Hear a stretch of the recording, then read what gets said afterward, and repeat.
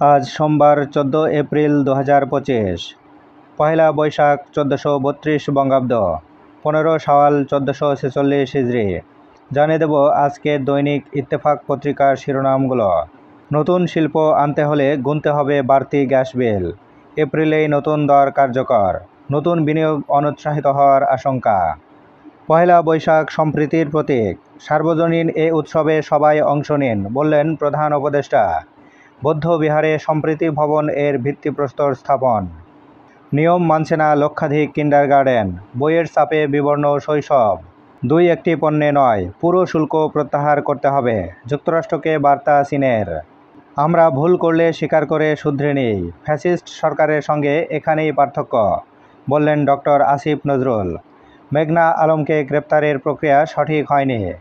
রাজনৈতিক 7,184 মামলা প্রত্যাহারের সুপারিশ করা হয়েছে। এবার শেষের পাতা। যুক্তরাষ্ট্রে 30 দিনের বেশি থাকলে নাম নথিভুক্ত না করলে কারাদণ্ড। দুলাভাই সহ 4 আসামির বিরুদ্ধে চার্জশিট দাখিল। মাগুরায় শিশু আসিয়া ধর্ষণ ও নির্যাতনে মৃত্যু। বেসামরিক পরমাণু চুক্তির পথে যুক্তরাষ্ট্র ও সৌদি আরব। আয়ারল্যান্ডকে হারিয়ে বিশ্বকাপের স্বপ্ন উজ্জ্বল করল বাংলাদেশ। আগারগাঁওয়ে আবাসিক প্লটে গরুর খামার, ভোগান্তিতে মানুষ।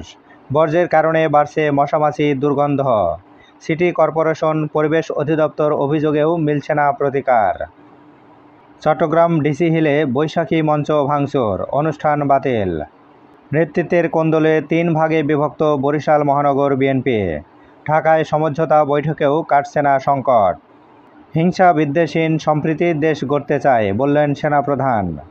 বাংলাদেশিদের যুক্তরাষ্ট্রের অভিবাসন আইন মেনে চলার বিকল্প নেই, মঈন চৌধুরী। বিনিয়োগ সম্মেলনে 3,100 কোটি টাকার প্রস্তাব এসেছে, বিডা চেয়ারম্যান। বাতিল 10টি অর্থনৈতিক অঞ্চল।